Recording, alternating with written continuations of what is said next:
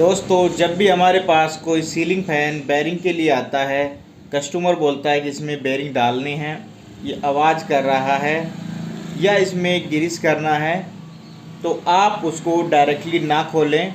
आप कस्टमर को बता दें कि भाई इसमें हम बेरिंग बदल देते हैं या इसमें ग्रीस कर सकते हैं, लेकिन कुछ चांसेस होते हैं कि वाइंडिंग भी ख़राब हो सकती है। जी हाँ दोस्तों, तो एक तो आप ये काम कर सकते हैं, तो कस्टमर को आप बोल सकते हैं कि भाई इसकी वाइंडिंग जो है वो ख़राब हो सकती है। ठीक है, अगर आपने कस्टमर को नहीं बोला है तो आप बेरिंग बदलने के पैसे ज़्यादा ले सकते हैं। अब पैसे ज़्यादा आपको क्यों लेना चाहिए? या तो देखिए, पंखा जब भी आता है, सीलिंग फैन जब भी आता है, तो जब हम उसको खोलते हैं तो उसके जो पेपर होते हैं, स्लॉट पेपर, वो सूख चुके होते हैं। और सूखे हुए स्लॉट पेपर 50% पंखों में, 50% से भी ज़्यादा बोलूँगा, 50% से भी ज़्यादा पंखों में पेपर बेरिंग बदलते वक्त झड़ जाते हैं।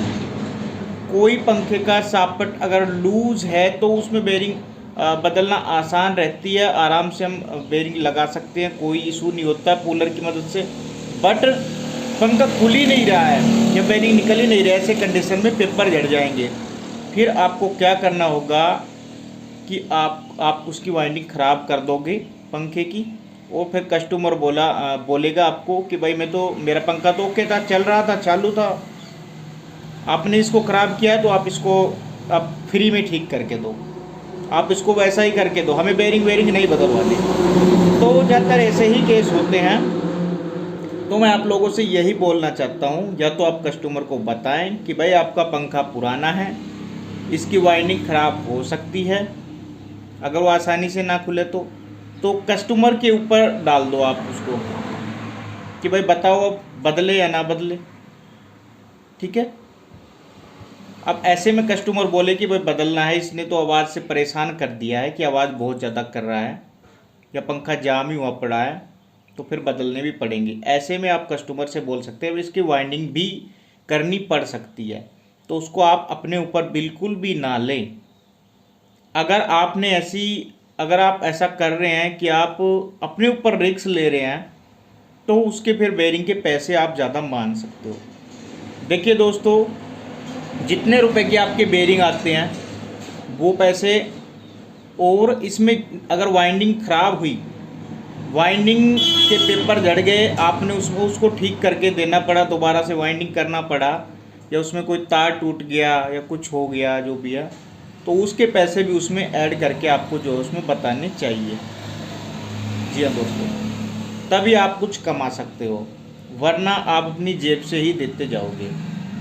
तो ज़्यादातर पंखों में ये चीज़ देखी जाती है। तो ये वीडियो का मकसद यही है कि आप कोई भी सीलिंग फ़ैन लो, अगर वो आसानी से खुल रहा है, आपने उसके पेज खोल के देखे, वो आराम से निकल गया है, आपको लग रहा है कि इसके पेपर अभी अच्छे हैं, नए पेपर हैं, और कई पंखे कंपनियों के आते हैं, कंपनी की वाइंडिंग होती है, वो ज़्यादा हीट ही नहीं होती, उसके पेपर ख़राब ही नहीं होते ज़्यादातर, तो ऐसे पंखों में आप बेरिंग बेझिझक बदल सकते हैं, कोई दिक्कत नहीं है।